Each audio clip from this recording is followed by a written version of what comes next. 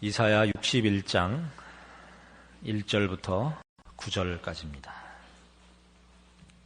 주 여호와의 신이 내게 임하셨으니 이는 여호와께서 내게 기름을 부으사 가난한 자에게 아름다운 소식을 전하게 하려 하심이라.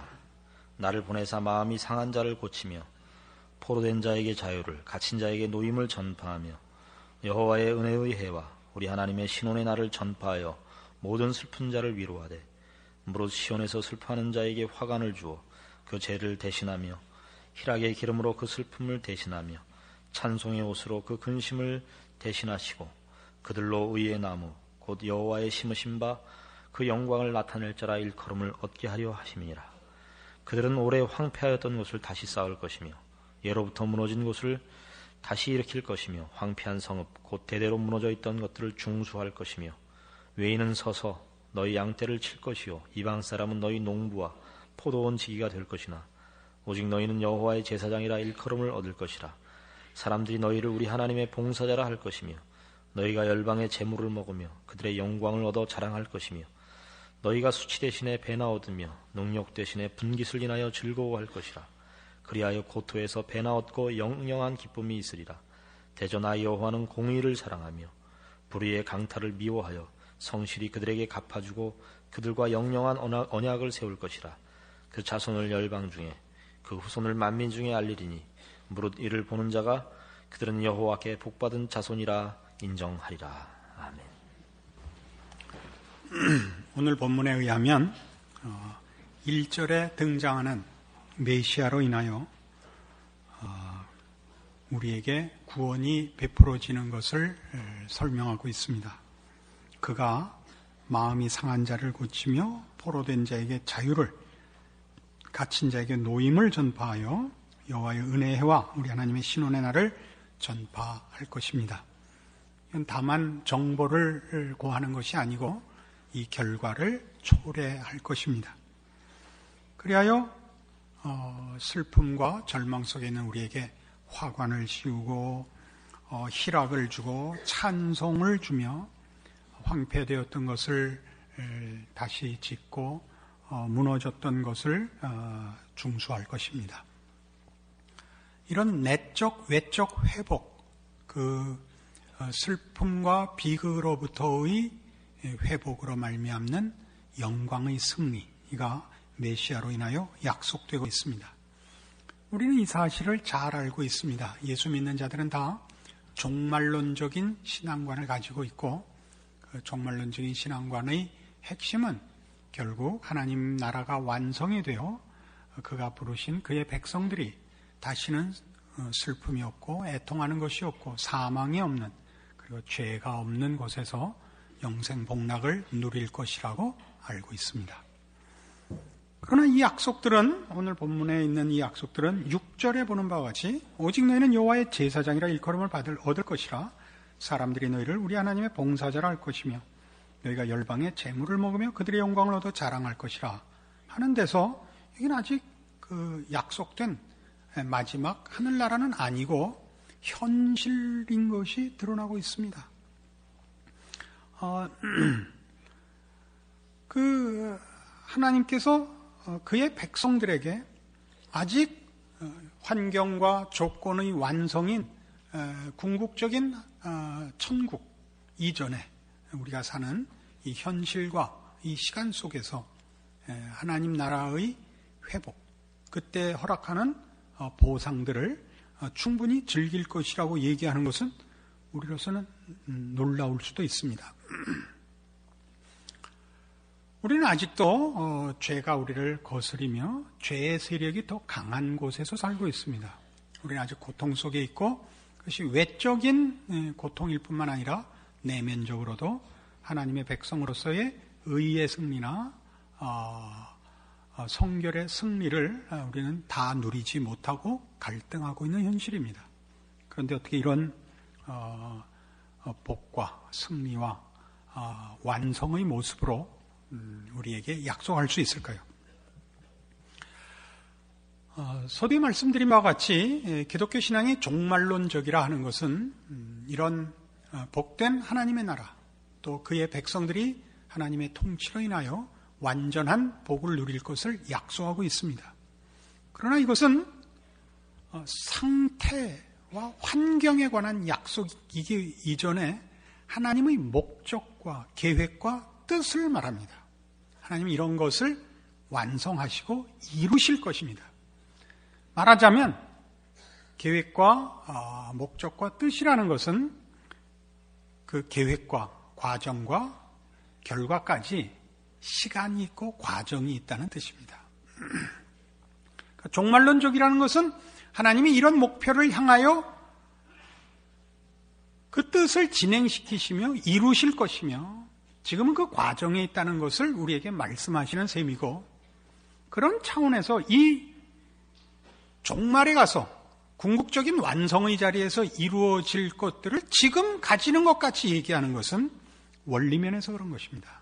어떤 원리? 하나님의 은혜의 통치를 지금 누리며 죄를 이긴다는 차원에서 그렇습니다. 그런 차원에서 우리는 이것을 지금 이 시대를, 이 신약 시대를 혹은 교회 시대를 천년 왕국이라고 합니다. 이 천년 왕국은 성경이 말하는 바와 같이 그리스도로 더불어 왕노릇하는 시기입니다. 우리가 왕인 이유는 우리가 하나님의 자녀요, 그리스도 예수 안에서 죄를 이긴 자들이기 때문입니다.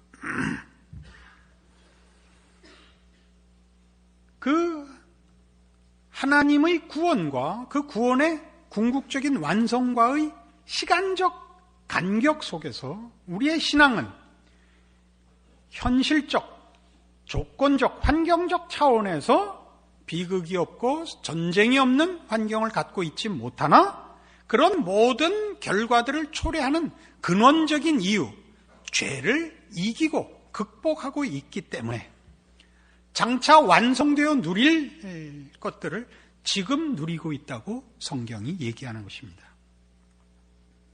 바로 이런 간격 때문에, 시간적인 간격 때문에 신자들에게는 빛과 소금의 사명이라는 것이 생겨나고 있습니다. 로마서 1장에 가시면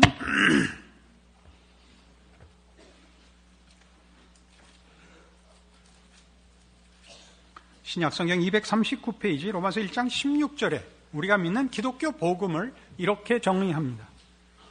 내가 복음을 부끄러워하지 아니하노니 이 복음은 모든 믿는 자에게 구원을 주시는 하나님의 능력이 됨이라. 핵심은 분명합니다. 우리 인간에게 죄라는 문제가 있고 이 문제를 해결하는 다른 방법이 없답니다. 인간은 이 문제를 해결하지 못한다. 하나님만이 이 문제를 해결한다. 이것이 복음에 대한 정의입니다. 이 문제가 바로 우리가 가지는 빛입니다. 마태복음 5장에 원래 빛과 소금의 책임을 요구하는 내용이 나오죠. 마태복음 5장에 가보실까요? 거기에 이렇게 기록되어 있습니다. 마태복음 5장 13절. 예수님께서 친히 가르치시기를 너희는 세상의 소금이니 소금이 만일 그 맛을 잃으면 무엇으로 짜게 하리요? 후에는 아무 쓸데없어 다만 밖에 버리고 사람에게 밟힐 뿐이니라. 너희는 세상의 빛이라. 산 위에 있는 동네가 숨기지 못할 것이요 사람이 등불을 켜서 말 아래 두지 아니하고 등경 위에 두나니 이러므로 집안 모든 사람에게 비치느니라. 이같이 너희 빛을 사람 앞에 비치게 하여 저희로 너희 착한 행실을 보고 하늘에 계신 너희 아버지께 영광을 돌리게 하라. 그러니까 기독교의 빛은 뭐냐 하면 이 죄와 연관된 하나님과 관련된 것입니다. 죄를 이기고 죄사함을 받고 하나님과 관계를 회복하는 것을 말합니다. 그래서 이것은 윤리 도덕의 차원이 아닙니다. 기독교를 증명하는 데 있어서 우리가 예수를 믿음으로써 우리가 착한 사람이다 라고 증명하는 것은 기독교를 소개하는 방법이 아닙니다. 조금 더 다른 문제입니다. 우리의 윤리성이나 우리의 공익성 같은 것으로 기독교를 증명하지도 않습니다. 우리가 얼마나 필요한 존재인가라는 것을 세상 사람들은 모릅니다. 교회가 교회된 책임을 지는 제1 우선순위, 다른 것과 비교할 수 없는 제1 우선순위가 있고 제2 우선순위가 있지 않습니다. 제1 유일한 우선순위가 있고 그 다음에는 다 부차적인 것으로 2, 3, 4, 5로 나갈 것입니다. 그 첫째가 뭐냐? 이겁니다. 이 빛, 예수 그리스도로 말미암는 구원이 필요하다. 우리는 죄인이다. 죄를 해결하고 하나님과 화목해야 한다. 이것이 우선순위입니다. 그 성도들 중에는 뜻밖의 우리가 예수 믿는 게 바보라서 믿는 게 아니다 라고 증명하고 싶어하는 소망들을 많이 갖고 있습니다. 정직하고 성실하고 똑똑하고 윤리적으로 살아서 우리가 괜찮은 사람이다. 예수를 믿는 사람들은 괜찮은 사람이다. 이렇게 증거받으셔서는 안 됩니다. 기독교가 자신을 증명하는 방법은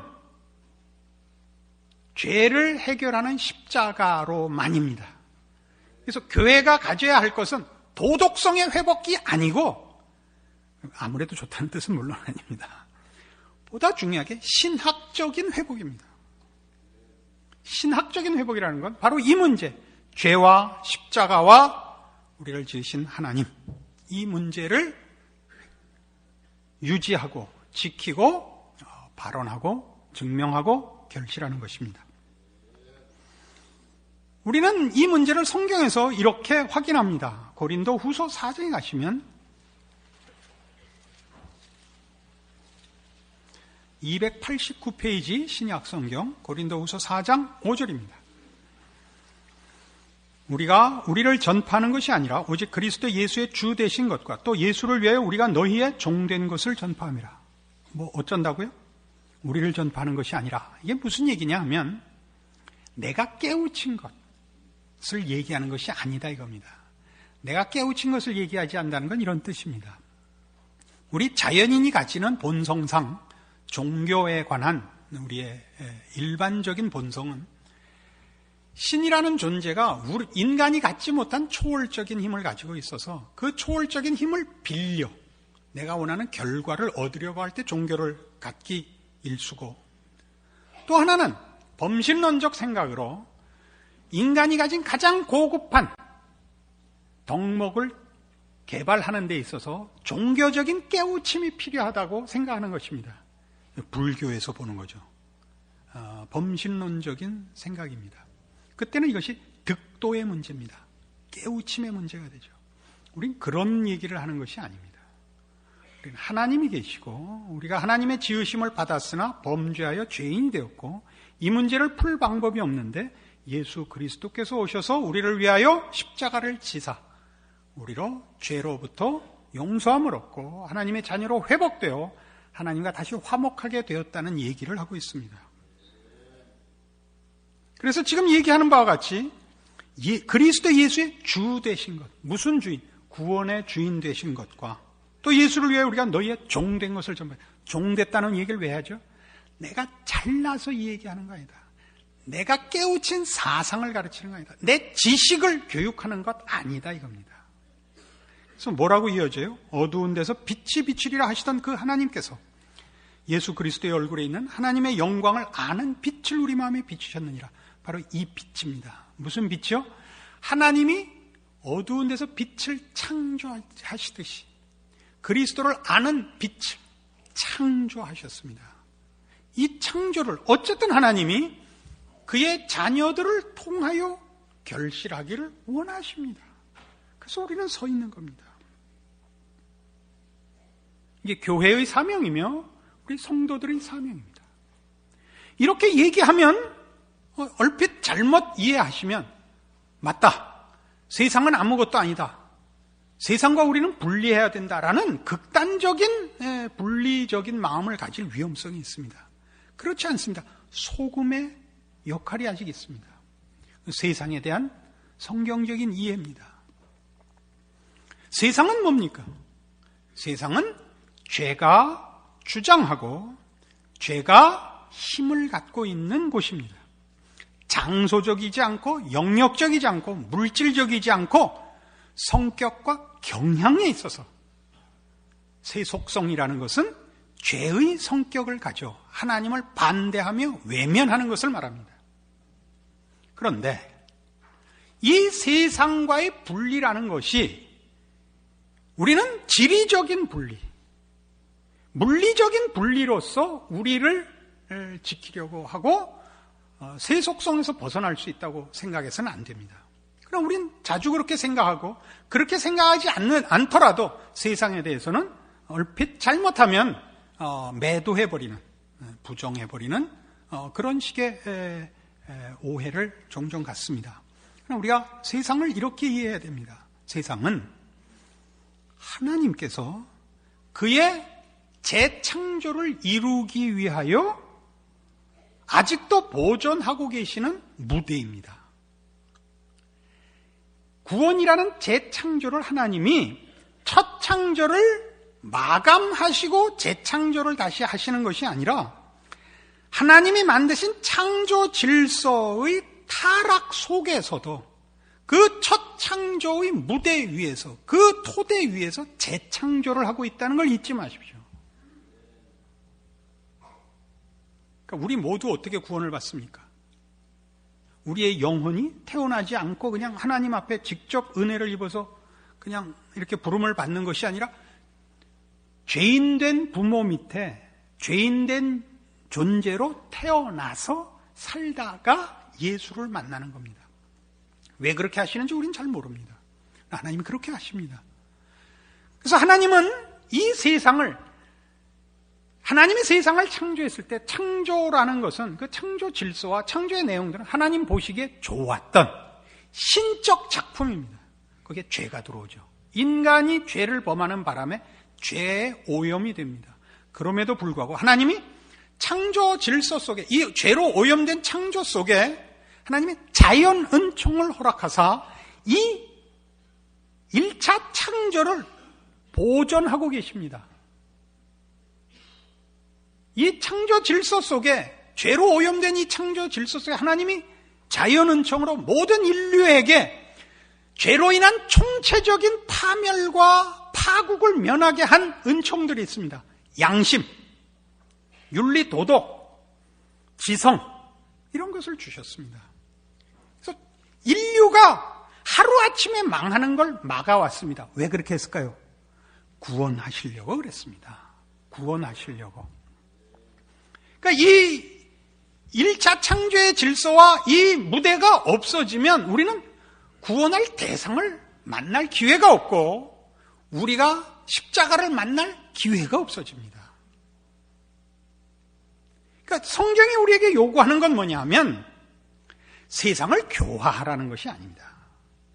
세상을 교화하라는 것이 아니라 이 하나님의 창조 질서와 하나님이 허락하신 자연 은총 속에 있는 하나님이 보존하사 구원의 기회를 베푸시며 구원의 은총을 결실하시려는 첫 무대를 오염과 파멸로부터 구하라는 것입니다. 어떻게 구하죠? 창조 질서 속에 있는 하나님의 은총을 지켜내는 것입니다. 이게 소금입니다. 소금이 다른 것을 소금으로 바꾸라는 얘기가 아닙니다. 총체적인 파국을 면하게 하십시오. 그러니까 여러분은 건전한 기업인이 되시고 성실한 공무원이 되시고 학자가 되시고 무슨 상인이 되시고 하십시오. 여러분 한 국민과 사회인으로서 하나님이 지으신 세계의 질서들을 신자이기 때문에 더욱 분명하게 지켜야 됩니다. 우리에게 있어서는 이제는 양심이나 윤리나 도덕은 더 이상 윤리 도덕이 아니며 상식과 교양이 아니며 신앙인 것입니다. 왜요? 예수 그리스도를 보내신 그 하나님의 창조 질서여 일하심이기 때문입니다. 뭘 해야 되느냐? 교통법규부터 지켜야 됩니다. 어디 가시면 새치기 하지 말고 줄 서셔야 됩니다. 세금 기쁜 마음으로 내셔야 됩니다. 하루아침에 이렇게 되지는 않습니다. 이런 모든 것이 신앙의 문제이고 시민 정신의 민도에 관한 것이라서 훈련하셔야 됩니다. 저에게 이런 설교를 할 자격이 있나 물어보시면 저도 뭐 좀 깨름직합니다. 왜냐하면 1년에 몇 번쯤 저도 과속 딱지가 날라옵니다. 설교를 깊이 묵상하다가 속도를 놓쳤다 라고 핑계를 댈 수 있으면 제가 얼마나 좋겠습니까만 그게 아니고 앞차가 깔짝거려서 휙 해버린 겁니다. 그냥 S자로 확 튀어버려갖고 휙 날아갔습니다. 그래서요. 저는 과속 벌칙금을 기쁜 마음으로 냅니다. 이게 신앙이지요. 이게 소금이지요. 돌소금이라서 그렇지. 우리의 책임은 기독교적 이상을 세상에다 요구하는 것 아닙니다. 내가 소금 노릇을 해서 그 사람이 교화되기를 바라는 것 아닙니다. 1차적으로 해야 될 것은 하나님께서 그의 구원 계획을 다 이루실 수 있도록 우리에게 주어진 이 1차 창조의 무대를, 구원해야 될 대상들을, 기회를 더 많이 갖도록 보존하는 일들을 책임져야 됩니다. 정부에 들어가서 실력을 발휘해서도 아니요, 사회적으로 무엇을 영향력을 발휘해서도가 아니라 여러분 요소에 박혀있는 여러분 몫을 해서입니다. 한 시민이 되시고 국민이 되시고 사회 일원이 되는 것으로 하셔야 됩니다. 그렇게 사회와 나라를 보존하셔야 됩니다. 우린 정부와 싸우지 않습니다. 정부는 하나님께서 세우신 자연 은총 창조 질서 속에 허락된 하나님의 개입이십니다. 로마서 13장에서 이렇게 증언하고 있습니다.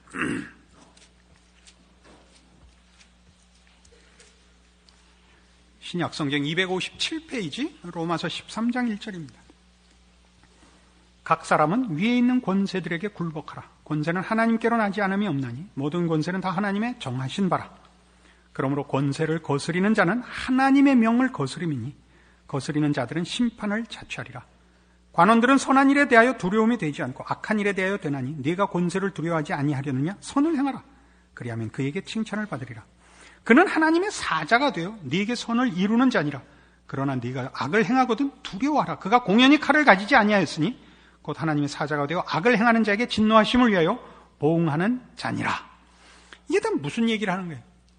그들은 이 정권을 잡은 자가 꼭 하나님의 백성이며 구원을 얻은 자가 아닐지라도 하나님의 일을 하는 자라는 겁니다. 우리는 페르시아 왕 초대 왕이 됐던 고레스가 이스라엘을 본토로 귀환시킨 사건을 압니다. 이스라엘을 해방한 그 고레스를 성경이 뭐라고 부르죠?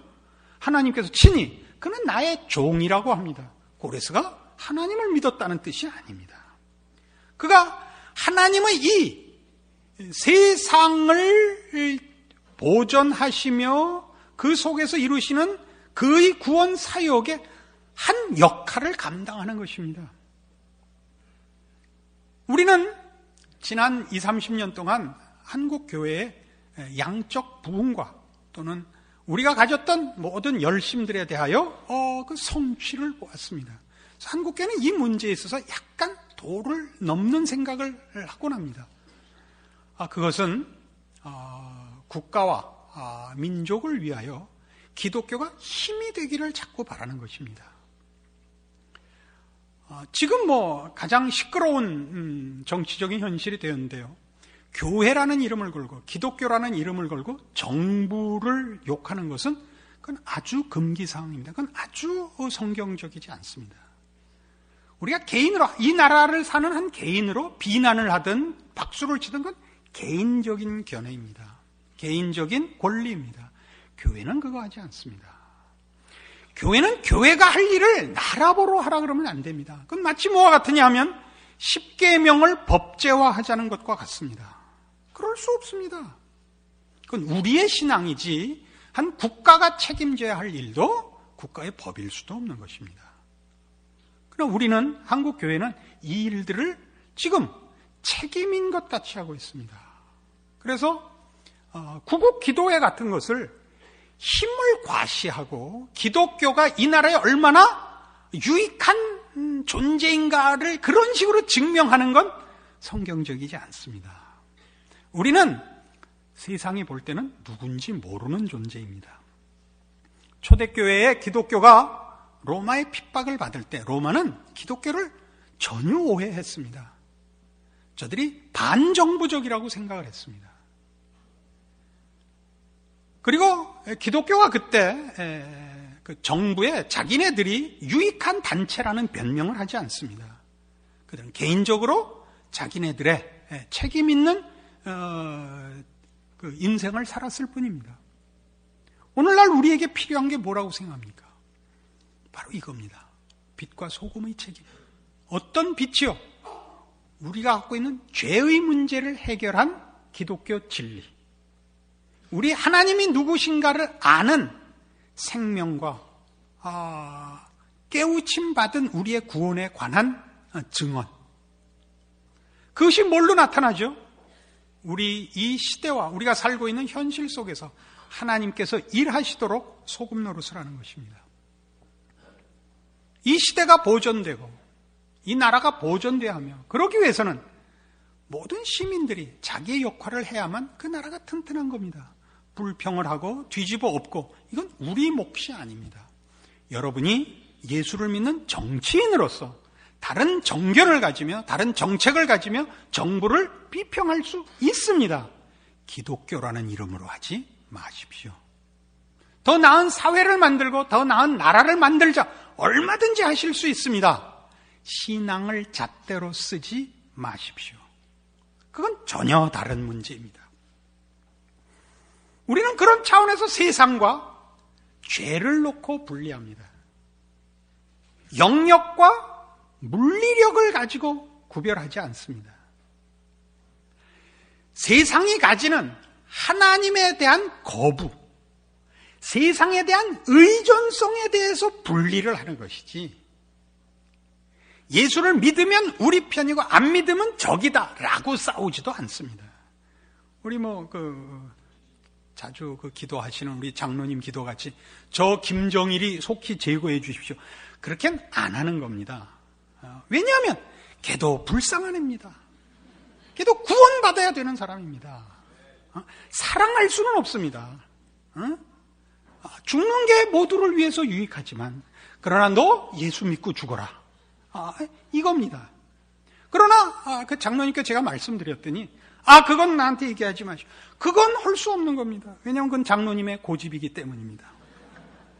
제 말을 이해하시겠습니까? 그 고집을 공포하시는 것은 자제하셔야 됩니다. 그러나 못하시겠다면 방법이 없는 것입니다. 듣는 사람이 알아서 들으십시오. 여러분은 이제 우리가 가진 책임이 무엇인가를 아셨을 겁니다. 그러면 무엇을 알게 되느냐? 우리가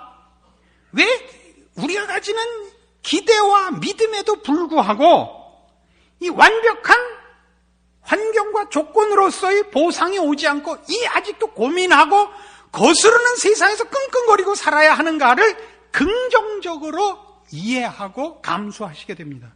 그렇게 안 됐으면 오늘 설교 잘 못 들은 겁니다. 소금은 어디에 쓰는 겁니까? 부패하는 것에 쓰는 겁니다. 맛없는 것에 쓰는 것입니다.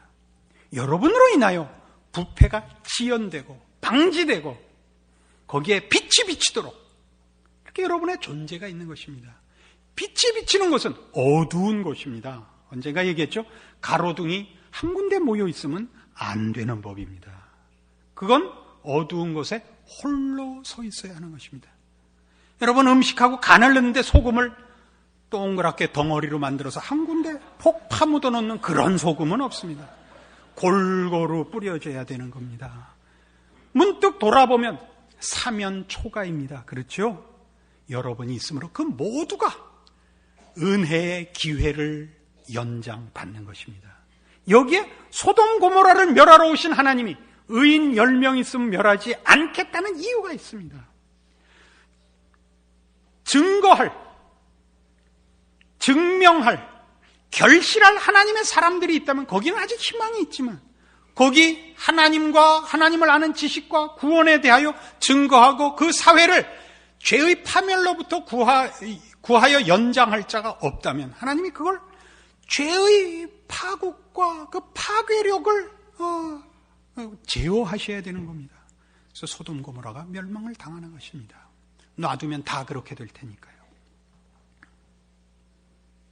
신자란 참으로 놀라운 그 존재입니다. 하나님을 알거든요. 생명이 있지 않습니까?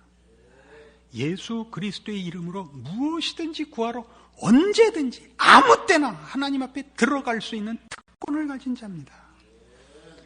그리고 여러분을 하나님은 한 알에 썩는 밀알같이 가루 소말 속에 넣은 누룩같이 이렇게 심어두어서 여러분은 포위됐다, 감춰졌다, 억눌린다 라고 아우성이지만 사실은 그렇게 하여 전부를 부풀게 하시며 말할 수 없는 결실을 지금 계획하고 계시는 것입니다. 여러분의 존재와 위치와 지금의 형편에 대해서 믿음을 가지고 이해하시고 그래서 여러분을 통하여 하나님이 기적을 이루시는 줄 아는 삶으로 승리하시기 바랍니다. 기도하십시다. 하나님 아버지 은혜를 감사합니다. 우리의 우리 된 것은 주 예수로 말미암은 것입니다. 세상이 저런 것은 예수를 알지 못하는 탓입니다. 우리가 가진 것이 무엇입니까? 그것은 우리 영혼의 자유요, 구원받은 영혼의 거룩이요, 우리 안은 진리와 생명의 자랑입니다. 이 은혜를 입었으므로 우리도 그 은혜의 결실을 위하여 우리의 소금의 직분을 기꺼이 감내하기로 합니다. 죄의 파괴력을 억제하며 그 총체적인 파국을 막기 위하여 우리가 처한 곳에서 하나님의 사람으로 역할을 감당하게 하사 주의 놀라운 은혜가 우리를 부르신 것 같이 우리의 이웃과 우리의 후손들에게 결실되는 은혜 주시옵소서. 예수님 이름으로 기도합니다. 아멘.